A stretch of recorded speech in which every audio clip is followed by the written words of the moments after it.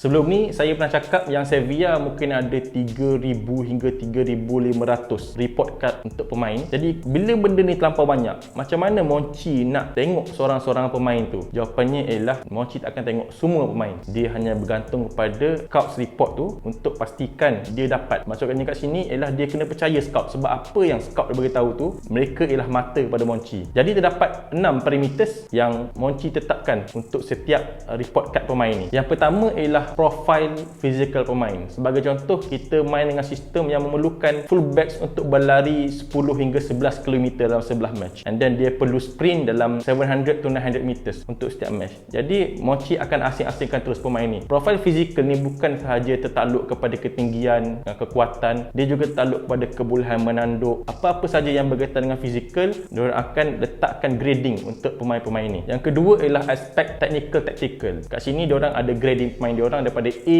B, C, D dan juga E. A ni ialah pemain yang Monchi boleh terus sign untuk Sevilla. B, pemain yang kita boleh tengok dia. C, pemain ni perlu terus diperhatikan. D, boleh letak tepi dulu. Dan E, korang faham-fahamlah sendiri. Parameter ketiga ialah psychology aspect. Okay, dekat sini sebenarnya benda ni agak tricky sebab dia tak ada stats. Jadi macam mana Monchi ataupun scout seorang nak dapat info berkenaan dengan psychology profiling ni? Jadi Monchi akan berjumpa lah ex-teammates, ex-coach and then someone in media. Kita nak tengok macam mana sebenarnya pemain ni react dengan keadaan sekeliling dia. Sebagai contoh, pemain ni mungkin Mario Balotelli. Dia bila ada something tak kena dengan dia, dia akan tends to not performing well in training. Benda ni tak akan dapat daripada matches. Dia hanya boleh dapat daripada mungkin coach ataupun head coach untuk kelab lama dia. Aspek keempat ialah ekonomi. Ekonomi ni ialah kita punya kekuatan untuk membeli pemain tu. Sebagai contoh, Sevilla ada bajet 20 million dan dia nak beli Lionel Messi. Kalau sporting director Barcelona cakap Messi ni harga 50 juta, logik tak Sevilla nak tunggu nak beli Messi? Mesti tak logik, betul tak? Jadi diorang akan back off dan cari option lain. Profiling kelima ialah masa yang diperlukan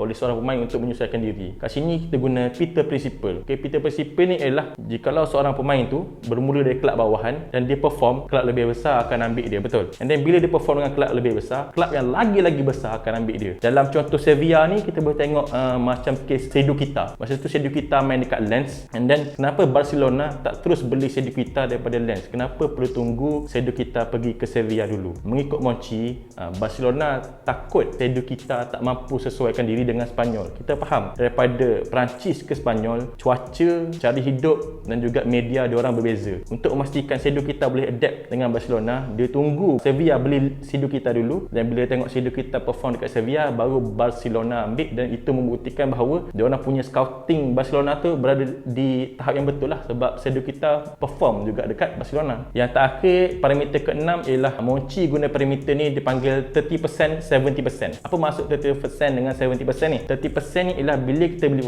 pemain tu boleh terus ada capability untuk bawa tim. 70% pula ialah future increase in value. Sebagai contoh, Sevilla beli Lucas Ocampos. 30% diorang yakin yang Ocampos boleh bawa Sevilla pada tahap seterusnya, dan itu memang betul. Sebab bila kita tengok Lucas Ocampos, dia merupakan antara nadi penting untuk Sevilla pada musim lepas dan juga musim ni. And then 70% ni diorang budget, diorang expect Ocampos akan dibeli oleh kelab-kelab lebih besar, mungkin kelab daripada Premier League ataupun Real Madrid dan juga Barcelona. Jadi 6 parameter penting ni sangat berguna dan penting untuk Monchi sebelum dia proceed kepada pembelian pemain.